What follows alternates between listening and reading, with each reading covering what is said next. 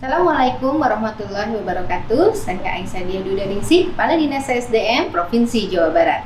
Di sektor energi, saat ini capaian bauran energi baru dan terbarukan sebesar 23,41% dari target sebesar 13,75%.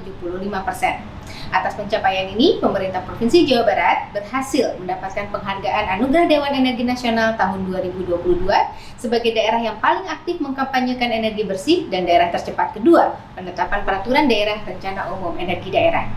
Dalam rangka mengakselerasi investasi energi baru dan terbarukan, telah dilaksanakan West Java Investment Summit 2022 dengan tema Green Investment, Food Security, dan Renewable Energy yang dirangkaikan dengan Renewable Energy Expo dengan menampilkan proyek ready to offer dengan mendukung implementasi transisi energi di Jawa Barat dengan potensi nilai investasi mencapai 1,7 miliar dolar atau 25,66 triliun rupiah.